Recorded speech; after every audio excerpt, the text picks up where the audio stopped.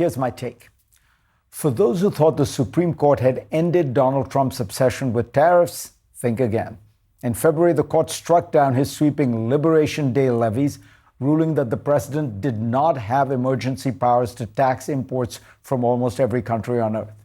Trump's response has been to search the statute books for ever more unusual, obscure, and maybe illegal ways to restore very similar tariffs. First came a temporary global tariff. When that expired, the administration imposed tariffs of 10 to 12.5% on 60 economies, more than 80 countries, claiming unfair trade practices. For Canada, Trump reached back to Section 338 of the Smoot-Hawley Tariff Act of 1930, a provision that had never been invoked before.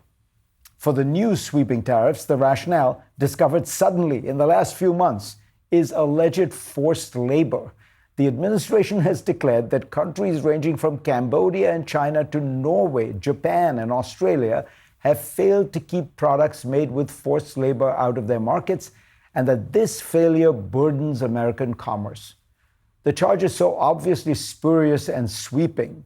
Sweden is as bad as Cambodia that it gives away the game. It was almost certainly devised because the White House needed a legal pretext to subvert the spirit of the Supreme Court ruling against Trump. This is more than ordinary political spin. The president appears to be ordering the U.S. government to formally certify as fact something it knows is not true. Agencies must now publish findings, construct legal arguments, and affix the authority of the American state to a falsehood manufactured for the apparent purpose of evading the nation's highest court. That is how institutions are corrupted. First, they are asked to bend the truth, then to attest to the lie, and then the lies become routine. So no one thinks they are even unusual. It is the road to Orwell's world.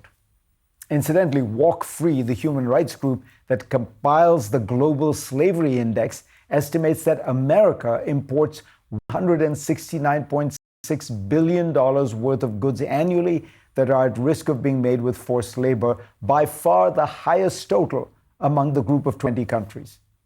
That does not prove American enforcement is worse than that of other countries that Trump has targeted, but it makes the administration's moral posture look even more absurd than it is.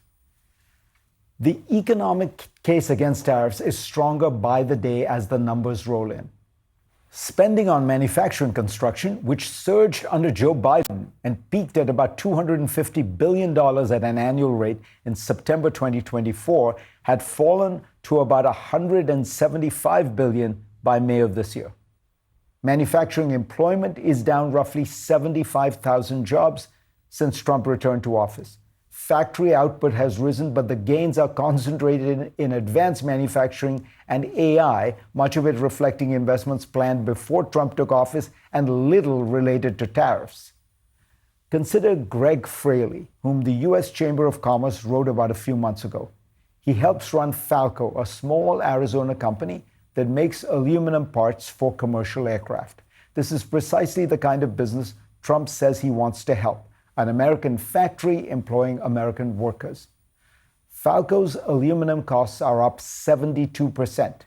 The company cannot simply buy American metal. Domestic production meets only about half of U.S. demand, and much of that output is not available on the open market.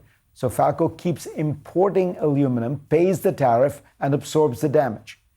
It has frozen hiring, postponed expansion, allowed its workforce to shrink by at least 20% through attrition, dipped into cash reserves, and added a tariff surcharge to customer bills, according to Fraley. Meanwhile, even after the so-called Liberation Day fallout, Trump doubled the tariff on imported aluminum to 50% and recently offered producers a discount if they built smelters in America. Rio Tinto, one of the world's largest aluminum producers, immediately said no. So the tariff has achieved a trifecta: higher costs for an American manufacturer, fewer jobs and less investment there, and no new smelter from the foreign producer the tariffs were meant to entice. The logic is upside down. Aluminum smelting accounts for only a small fraction of America's aluminum jobs. The vast majority are in recycling and in the midstream and downstream industries that turn the metal into aircraft parts, cars, cans, machinery, and building materials. Trump is protecting the tiny upstream slice by taxing the vastly larger industrial base that depends on it and employs many more people. For 8 decades, the US led the world toward open markets and open trade. In barely 2 years, Trump has transformed it into effectively the most protectionist major advanced economy in the world. The result has not been a manufacturing renaissance. It has been higher prices, weaker investment, fewer manufacturing jobs, and a government increasingly willing to make falsehood official policy in order to defend a failed economic creed. And now for the last look. For nearly 3 months, Hungary has been undergoing what its new prime minister has called regime change. In April, Peter Magyar defeated right-wing populist incumbent Viktor Orban in a landslide. But as Magyar is now finding out, winning at the ballot box was the easy part. It is far harder to dismantle the whole system of Orbanism that the strongman spent 16 years building, especially if you want to play by democratic rules. Until this year, there was a sense of permanence to Viktor Orban's rule.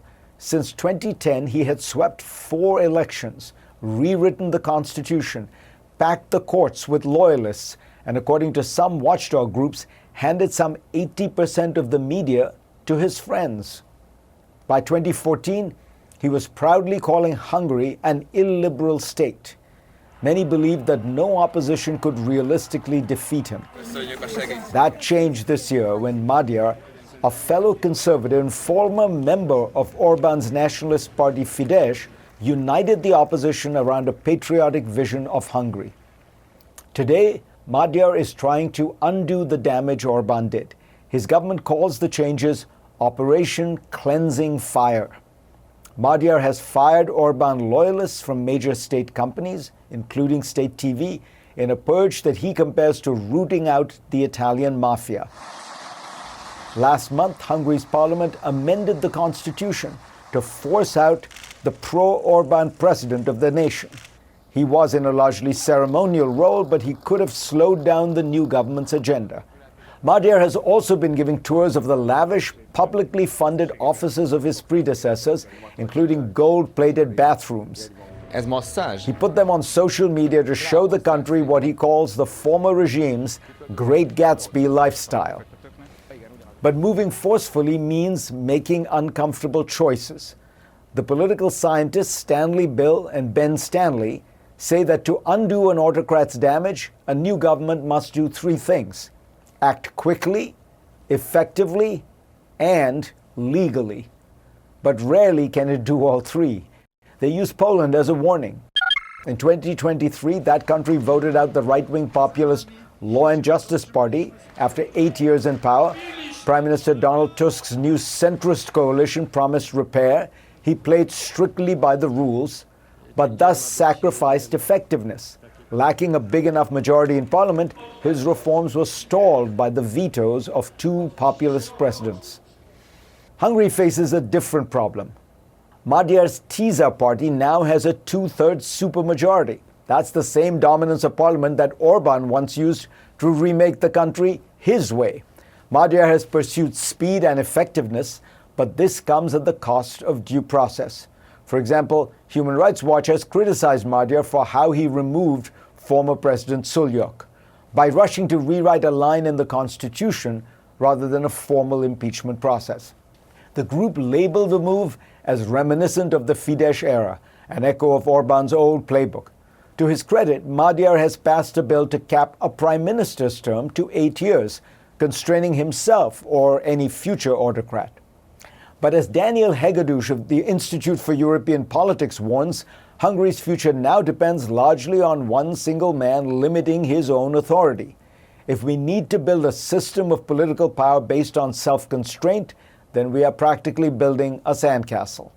Constitutional scholar Kim Lane Shepperly observes that since the fall of the Berlin Wall, no country has reversed populism for more than 5 years without the populist pendulum swinging back. A strongman's movement usually outlives him and can survive as an alternative ecosystem of media, donors, and loyal courts. When President Trump lost in 2020, Trumpism came back stronger in 2024.